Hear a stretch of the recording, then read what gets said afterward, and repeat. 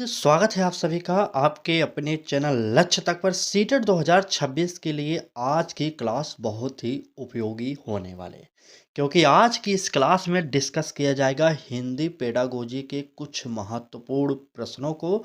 तो चलिए क्लास को शुरू कर देते हैं और ध्यान से देखिएगा और आराम से समझते हुए चलिएगा और पूरी क्लास को देखिएगा, क्योंकि यह क्लास हिंदी पेडागोजी के लिए ब्रह्मास्त्र होने वाली है।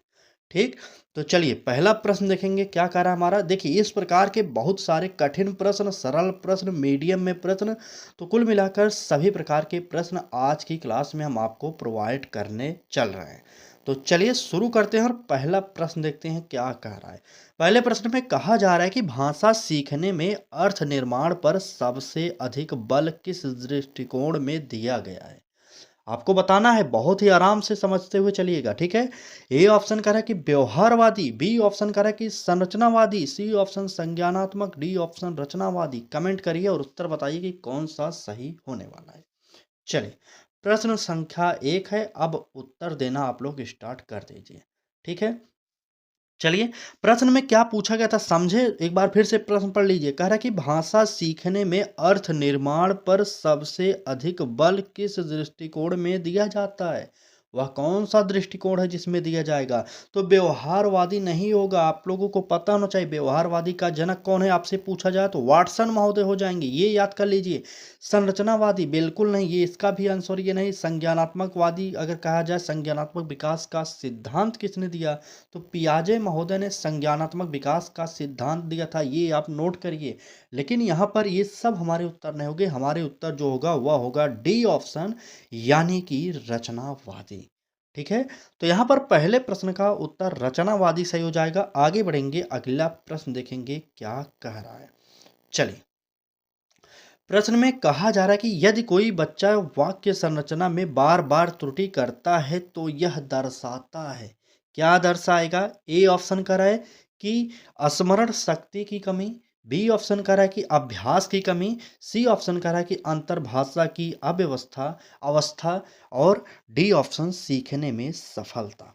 चलिए कमेंट करिए असफलता है। चलिए ठीक, स्मरण शक्ति की कमी, अभ्यास की कमी, अंतर्भाषा की अवस्था या सीखने में असफलता, कौन सा उत्तर होने वाला है सही, आप लोग कमेंट बॉक्स में जल्दी से बताइए।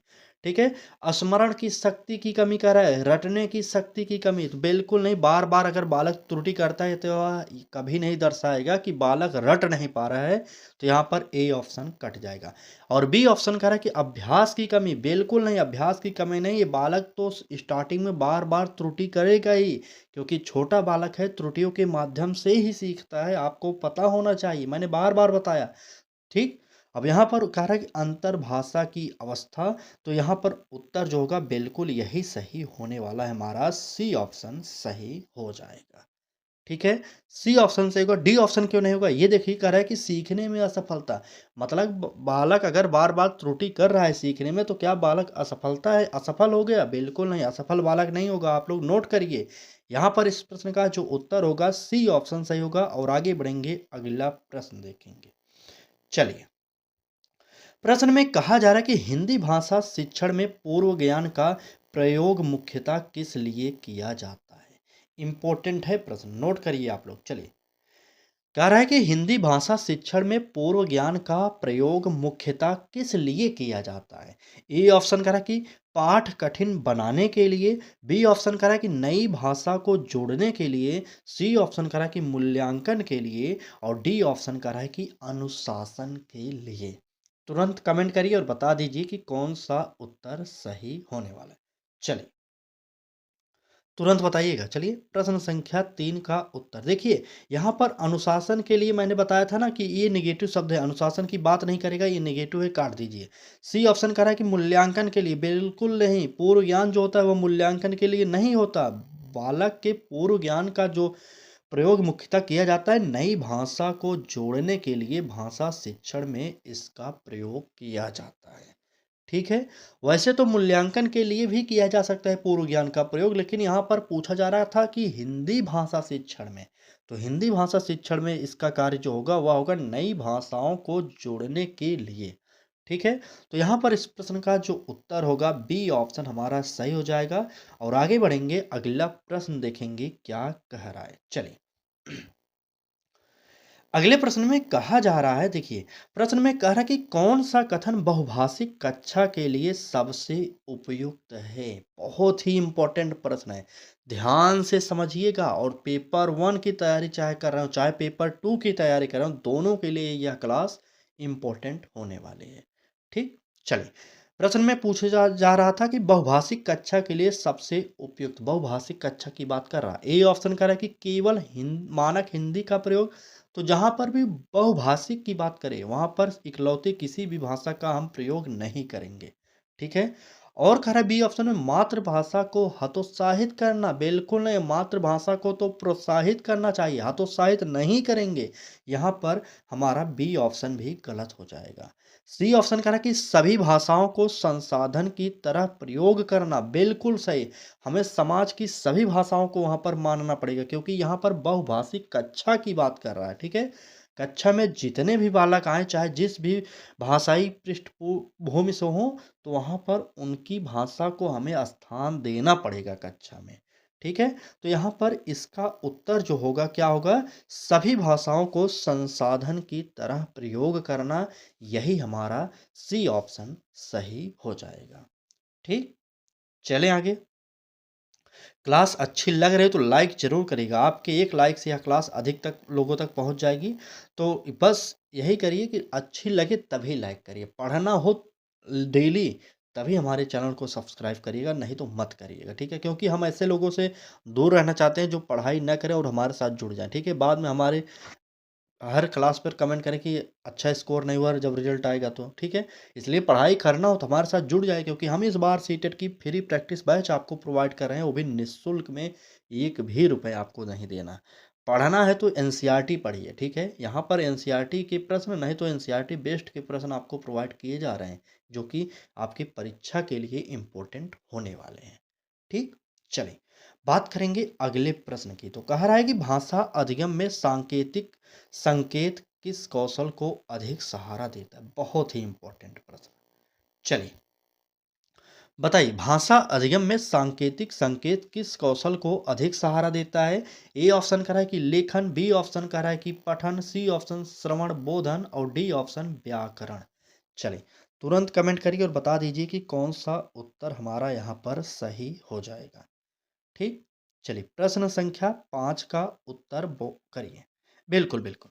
देखिए, सांकेतिक संकेत अगर पूछा जाए किस कौशल को अधिक सहारा देता है, तो वह कौशल होता है श्रवण बोधन का। ठीक है? तो यहाँ पर इस प्रश्न का उत्तर आप लोग तीसरा ऑप्शन सही कर लीजिए। हमारा श्रवण बोधन ऑप्शन सही हो जाएगा। आगे बढ़ते हैं, अगला प्रश्न देखते हैं क्या कह रहा है। अगले प्रश्न में कहा जा रहा है कि किस स्थिति में मौन पठन अधिक प्रभावी होता है? बहुत ही इंपॉर्टेंट प्रश्न है, जल्दी से कमेंट करिए और बता दीजिए कि कौन सा उत्तर सही होने वाला है। देख रहे हैं गले में थोड़ी सी खराश है, लेकिन आपके लिए क्लासेस डेली हो रही हैं, एक भी दिन क्लास की छुट्टी नहीं होने वाली, ठीक है? क्योंकि जब तक परीक्षा ना हो तब तक आराम करना ही नहीं है, चाहे जो भी हो जाए, ठीक? थोड़ा-सा आवाज़ में दिक्कत हो रही होगी, थोड़ा-सा एडजस्ट कर लीजिएगा क्योंकि गले में खराश हो गई है थोड़ा। चलिए, बताइए, किस स्थिति में मौन पठन अधिक प्रभावी होता है? ए ऑप्शन कह रहा है कि उच्चारण सुधार में, बताइए, उच्चारण सुधार में हो सकता है। बी ऑप्शन कह रहा है कि गति व समझ विकसित करने में। सी ऑप्शन कह रहा है कि वर्तनी सुधार में। डी ऑप्शन कह रहा है कि संवाद अभ्यास में। तुरंत प्रश्न का उत्तर कमेंट बॉक्स में बता दीजिए। चलिए, किस स्थिति में मौन पठन अधिक प्रभावी होगा? तो देखिए, मौन पठन की बात कर रहा है तो संवाद अभ्यास पर, संवाद मतलब बोलना हो जाएगा और यहाँ पर मौन पठन बिना बोले पढ़ने की बात कर रहा है। तो यहाँ पर संवाद का मतलब हो जाएगा किसी दूसरे से बातचीत करना, तो इसलिए हमारा डी ऑप्शन कट जाएगा। सी ऑप्शन कह रहा है कि वर्तनी सुधार में, बिल्कुल नहीं भाई, मौन पठन और वर्तनी सुधार का कोई संबंध नहीं है। बी ऑप्शन कह रहा है कि गति व समझ विकसित करने में, बिल्कुल सही। हमारा जो उत्तर हो जाएगा ये हमारा बी ऑप्शन सही हो जाएगा, ठीक? चलें आगे। चलिए, आगे बढ़ते हैं और अगला प्रश्न देखते हैं क्या कह रहा है। देखिए, स्कैफोल्डिंग आप जानते हैं इसे पाण या ढांचा भी कहा जाता है। इस शब्द को देने वाले जो मनोवैज्ञानिक थे वो कौन थे? वाइगोत्स्की महोदय थे। इनका भी नाम आप लोग नोट कर लीजिएगा, ठीक है? और स्कैफोल्डिंग का वैसे तो साइकोलॉजी में अर्थ होता है कि सहारा देना, ठीक है?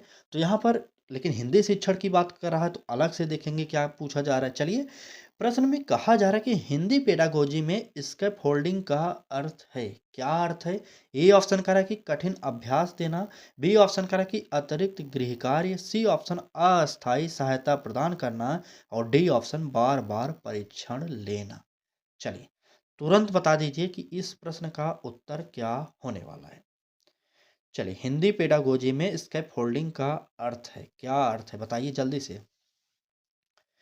चलिए, प्रश्न संख्या 7 का उत्तर बताइए। देखिए, कठिन अभ्यास देना, कठिन अभ्यास कभी भी नहीं देंगे आप, चाहे जो भी सब्जेक्ट हो वहाँ पर कठिन अभ्यास मिल जाए तो वहाँ पर उस ऑप्शन को काट दीजिएगा। अतिरिक्त गृह कार्य किसी भी बालक को नहीं दे सकते, जो सबको दे रहे हैं जितना दे रहे हैं आराम से उतना ही दीजिए, ठीक है? बालक के स्तर के अनुकूल वहाँ पर गृह कार्य को चेंज करके दीजिएगा, ठीक है? तो ए बी कट जाएगा। सी ऑप्शन करा कि अस्थायी सहायता प्रदान करना, अभी जस्ट मैंने बताया कि इसके फोल्डिंग का अर्थ होता है कि सहारा प्रदान करता, और ये कह रहा है कि अस्थायी सहारा प्रदान करना, तो यही हमारा ऑप्शन सही हो जाएगा। अस्थायी का मतलब होता है कि हमेशा के लिए सहारा नहीं देना, कुछ समय तक सहारा देना, उसके बाद धीरे धीरे सहारा के तौर पर हट जाना, ठीक है? ताकि बालक अपने ऊपर निर्भर हो सके। इसलिए इस प्रश्न का उत्तर जो होगा सी ऑप्शन सही हो जाएगा, ठीक। डी ऑप्शन करा कि बार बार परीक्षण, बिल्कुल नहीं, बार बार आप परीक्षण नहीं ले सकते किसी भी बच्चे का, तो ये हमारा कट जाएगा। उत्तर जो होगा सी ऑप्शन सही हो जाएगा, ठीक है। चलें आगे। चलिए, नेक्स्ट प्रश्न देखते हैं। अगले प्रश्न में कहा जा रहा है कि निम्न में से कौन सा भाषा शिक्षण का स्वाभाविक सिद्धांत है? ए ऑप्शन कह रहा है कि पहले नियम फिर प्रयोग, बी ऑप्शन कह रहा है कि त्रुटि रहित भाषा, सी ऑप्शन कह रहा है कि प्रयोग से नियम की ओर, और डी ऑप्शन केवल लिखित अभ्यास। तुरंत कमेंट बॉक्स में कमेंट करिए आप लोग, चलिए तुरंत बताइए। निम्न में से कौन सा भाषा शिक्षण का स्वाभाविक सिद्धांत है? प्रश्न संख्या 8 है, तो जल्दी से बताइए। यहाँ पर केवल की बात कर रहा है, डी ऑप्शन में काट दीजिए, तुरंत काटिए। बी ऑप्शन का है कि त्रुटि रहित भाषा, तो बिल्कुल नहीं, छोटे बच्चे कभी भी त्रुटि रहित भाषा का प्रयोग नहीं करेंगे। और ए ऑप्शन करा कि पहले नियम फिर प्रयोग, बिल्कुल नहीं, यहाँ पर आगमन विधि का प्रयोग किया जाता है छोटे बच्चों के लिए, ठीक है, आगमन का, ठीक। तो यहाँ पर पहले उदाहरण दिया जाता है, पहले प्रयोग किया जाएगा क्या? बिल्कुल नहीं, पहले नियम बताते हैं, ठीक। तो यहाँ पर ये भी गलत। क्या कर रहा है? भाषा शिक्षण का स्वाभाविक सिद्धांत है। स्वाभाविक सिद्धांत हमारा पहले नियम बताना या फिर प्रयोग करना, ये सब नहीं होता, ठीक है। देखिए, आगमन विधि, निगमन विधि, ये सब विधियों को भी आपको पढ़ना पड़ेगा। हम आपको एक क्लास में लाएँगे जिसके द्वारा सारी की सारी चीज़ों को बताएँगे। आगमन विधि में सबसे पहले नियम बताए जाते हैं, तब सवाल दिए जाते हैं, ठीक है? और निगमन विधि में पहले सवाल दे दिए जाते हैं, बाद में नियम बताए जाते हैं। ये हमारा जानते रहिएगा, क्योंकि ये ट्रिक है आगमन और निगमन का अर्थ जानने में। आगमन विधि का प्रयोग छोटे बच्चों के लिए किया जाता है, आपको ये पता होना चाहिए, ठीक है? क्योंकि उसमें पहले उदाहरण दिया जाता है। आगमन विधि में पहले उदाहरण दिया जाता है, बाद में नियम बताया जाता है। और निगमन विधि में पहले नियम बता दिया जाता है, बाद में उदाहरण दिया जाता है। ठीक? समझ गए आगमन और निगमन विधि में अंतर? चलिए, और यहाँ पर कह रहा है कि देखिए क्या होगा बताइए। प्रश्न संख्या 8 का उत्तर की बात किया जाए तो प्रयोग से नियम की ओर हो जाएगा उत्तर। यहाँ पर क्या कर रहा था कि पहले नियम फिर प्रयोग, तो ऐसा बिल्कुल नहीं है। भाषा शिक्षण का स्वाभाविक जो सिद्धांत है, प्रयोग से नियम की ओर चलता है। ठीक, सी ऑप्शन सही हो जाएगा। चलिए, थोड़ा सा यहाँ पर इस क्लास में बने रहेगा, पूरी लास्ट तक आपको कुछ ना कुछ ट्रिक हर प्रश्न में मिलता रहेगा, ठीक है। चलिए, बात करेंगे अगले प्रश्न की। तो कह रहा है कि यदि छात्र कविता को अपने शब्दों में समझाता है तो यह किस कौशल को संकेत करता है? ठीक है। देखिए, कभी कभी क्या होता है ना कि अधिक समझाने के चक्कर में शब्द इधर उधर हो जाते हैं, भाई साहब, हो जाती है, मानवीय त्रुटि है ये। चलिए, पूछा क्या जा रहा था कि यदि छात्र कविता को अपने शब्दों में समझाता है तो यह किस कौशल का संकेत है? ए ऑप्शन कह रहा है कि स्मरण, बी ऑप्शन अनुवाद, सी ऑप्शन व्याख्यात्मक समझ और डी ऑप्शन नकल। तुरंत कमेंट करिए और बता दीजिए कि कौन सा उत्तर सही होने वाला है। चलिए, प्रश्न संख्या 9 का उत्तर कमेंट बॉक्स में बताइए। बिल्कुल सही। अगर बात करें छात्र कविता को अपने शब्दों में समझा रहा तो यानी कि वह किस कौशल का संकेत कर रहा है? व्याख्यात्मक समझ का संकेत कर रहा है। हमारा उत्तर सी ऑप्शन सही हो जाएगा। ठीक। नेक्स्ट प्रश्न देखें। चलिए, आप लोग कमेंट करते रहिएगा। चलिए देखते हैं प्रश्न में कह रहा है कि भाषा संदर्भ का महत्व इसलिए है क्योंकि, बहुत ही इंपॉर्टेंट है और एकदम नया प्रश्न है। बताइए क्या कह रहा है? भाषा में संदर्भ का महत्व इसलिए है क्योंकि ए ऑप्शन कह रहा है कि शब्द कठिन हो जाते हैं, बी ऑप्शन कह रहा है कि अर्थ स्पष्ट होता है, सी ऑप्शन कह रहा है कि व्याकरण सरल होता है और डी ऑप्शन कह रहा है कि परीक्षा आसान होती है। चलिए तुरंत कमेंट कर दीजिए और बताइए कि कौन सा उत्तर यहाँ पर सही हो जाएगा। प्रश्न संख्या 10 का उत्तर कमेंट बॉक्स में बताइए। चलिए चलिए देखिए, परीक्षा आसान होती है। किसी भी प्रश्न के ऑप्शन में अगर परीक्षा से रिलेटेड कोई ऑप्शन मिल रहा है तो वहाँ पर ज़्यादातर नेगेटिव होने के चांस होते हैं। यहाँ पर क्या कह रहा है? कह रहा है कि परीक्षा आसान होती है तो परीक्षा की बात ही नहीं करेंगे। व्याकरण सरल होता है, इसकी भी बात नहीं करेंगे। अब कह रहा है कि अर्थ स्पष्ट होता है। बिल्कुल सही, यही हमारा ऑप्शन बी सही होने वाला, क्योंकि यहाँ पर भाषा में संदर्भ का महत्व इसलिए है क्योंकि अर्थ स्पष्ट हो जाता है। ठीक। तो यहाँ पर हमारा जो उत्तर होगा बी ऑप्शन सही होगा, ए ऑप्शन गलत हो जाएगा। चलिए आगे बढ़ते हैं। अगला प्रश्न देखते हैं क्या कह रहा है। अगले प्रश्न में कह रहा है कि कक्षा में कहानी सुनाने की विधि का मुख्य लाभ है। क्या लाभ है? ए ऑप्शन कह रहा है कि समय की बचत, बी ऑप्शन कह रहा है कि कल्पना और श्रवण कौशल का विकास, सी ऑप्शन कह रहा है कि अनुशासन नियंत्रण, डी ऑप्शन कह रहा है कि लिखित अभ्यास। तुरंत कमेंट करिए और बताइए कि कौन सा उत्तर सही होने वाला है। चलिए प्रश्न संख्या 11, प्रश्न 11। चलिए, कक्षा में कहानी सुनाने की विधि का मुख्य लाभ। चलिए देखिए, लिखित अभ्यास यहाँ पर नहीं हो रहा है। लिखित अभ्यास वाला ऑप्शन काट दीजिए और सी ऑप्शन करें कि अनुशासन नियंत्रण। मैंने पहले भी बताया था कि अनुशासन की बात किसी भी ऑप्शन में नहीं करेंगे आप। ये ऑप्शन करें कि समय की बचत। देखिए, समय की बचत, समय की बर्बादी, ये सब समय व्यर्थ, ये सब जो शब्द हैं समय से रिलेटेड, ये सब नेगेटिव होते हैं। यहाँ पर जानते रहिएगा। ठीक। उत्तर जो होगा कल्पना और श्रवण कौशल का विकास, यानी कि बी ऑप्शन हमारा सही हो जाएगा। ठीक। चलें आगे। चलिए बी ऑप्शन नोट कर लीजिए आप लोग। आगे बढ़ते हैं और अगला प्रश्न देखते हैं क्या कह रहा है। अगले प्रश्न में कह रहा है कि भाषा मूल्यांकन में रूब्रिक का प्रयोग क्यों किया जाता है? रूब्रिक बताइए किस किस लिए किया जाता है? ए ऑप्शन कह रहा है कि अंक कम देने के लिए, तो बिल्कुल नहीं, अंक की बात नहीं करेंगे किसी भी ऑप्शन में। बी ऑप्शन कह रहा है कि स्पष्ट मापदंड तय करने के लिए, यह हमारा ऑप्शन हो सकता है। सी देखेंगे, कह रहा है कि केवल लेखन जांच के लिए, तो यहाँ पर केवल लग गया, वैसे भी ये हमारा ऑप्शन नेगेटिव हो जाएगा। डी ऑप्शन कह रहा है कि समय बचाने के लिए, तो मैंने अभी जस्ट ऊपर बताया कि समय बचाना, समय व्यर्थ करना, समय गंवाना, ये सब जो शब्द हैं ये नेगेटिव होते हैं, इसे भी काटिए। ठीक है। और यहाँ पर हमने सी ऑप्शन में जो केवल को देखते ही काट दिया, ये लगभग केवल जहाँ पर भी रहता है लगभग 90% ऑप्शन वह नेगेटिव हो जाता है। ठीक। तो ध्यान से समझ लीजिएगा, आपको पता चल जाएगा पढ़ते ही। यहाँ पर उत्तर हमने पहले ही बताया था कि बी ऑप्शन हो सकता है, तो बिल्कुल सही, स्पष्ट मापदंड तय करने के लिए, इसलिए हमारा उत्तर यहाँ पर बी ऑप्शन सही हो जाएगा। ठीक। चलें आगे। क्लास समझ में आ रही कि नहीं बताइएगा। ठीक है, तब तक क्लास को आगे बढ़ाते हैं। अगला प्रश्न देखते हैं क्या कह रहा है। अगले प्रश्न में कहा जा रहा है कि कौन सा कौशल भाषा अधिगम का आधार माना जाता है? आपको इस प्रकार के प्रश्न शायद पहले भी मेरी क्लास में मिले होंगे, लेकिन यहाँ पर थोड़ा सा पैटर्न चेंज करके, शब्द को चेंज करके आपके सामने रखा गया है। ठीक है। तो ध्यान से देखिएगा, ऐसा मत कहिएगा कि ये प्रश्न पहले भी मैंने पढ़ा है, ऐसा बिल्कुल नहीं है। कौन सा भाषा कौशल अधिगम का आधार माना जाता है, ये आपसे पूछा जा रहा है। ठीक, ए ऑप्शन करा है कि लेखन, बी ऑप्शन पठन, सी ऑप्शन श्रवण, डी ऑप्शन व्याकरण। तुरंत बताइए प्रश्न संख्या 13 का उत्तर। चलिए तुरंत बताइए, कमेंट करिए। भाषा अधिगम का आधार किस कौशल को माना जाता है? तो बिल्कुल सही हमारा उत्तर, जितने भी लोगों ने सी ऑप्शन को चुना है श्रवण, इसे ही आधार माना जाता है। आप लोग नोट करिए, इस प्रश्न का जो उत्तर होगा वह होगा सी ऑप्शन सही। ठीक, चलिए आगे बढ़ते हैं, अगले प्रश्न देखते हैं। अगले प्रश्न में कहा जा रहा है कि यदि शिक्षक केवल सही उत्तर पर ध्यान देता है तो वह किसे नजरअंदाज करता है?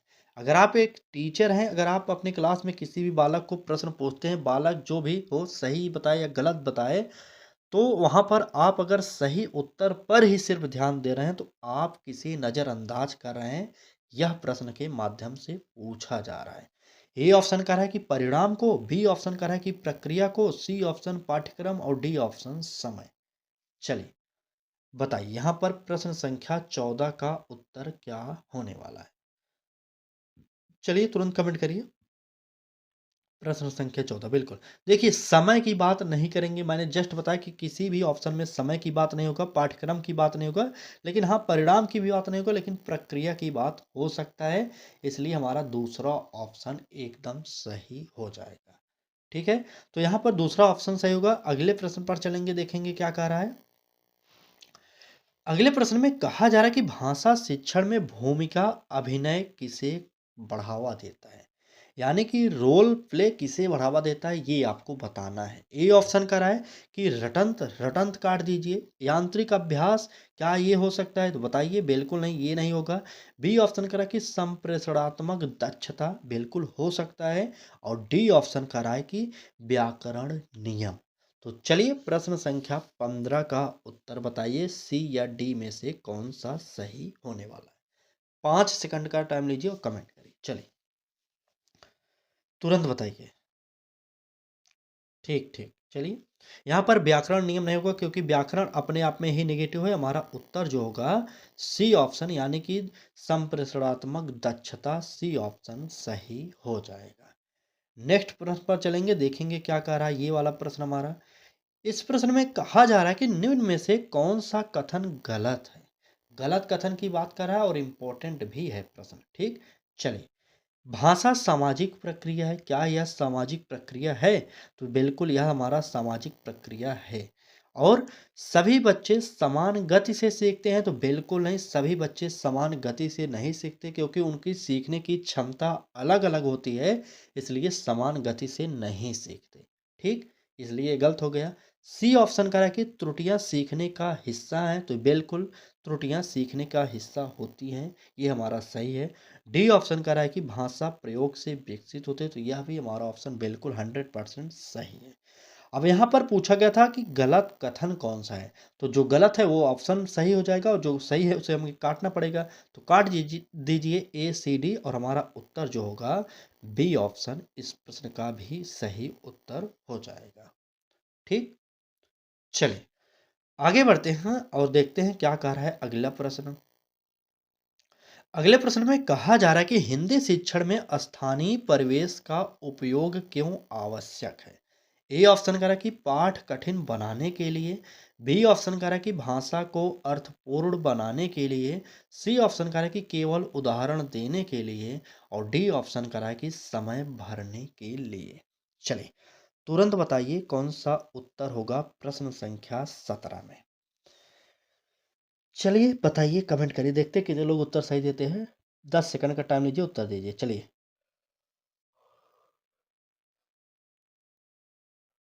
चलिए बताइए। देखिए यहाँ पर समय भरने की बात कर रहा है, डी ऑप्शन काटिए। सी ऑप्शन कर रहा है कि केवल उदाहरण देने के लिए, तो काट दीजिए।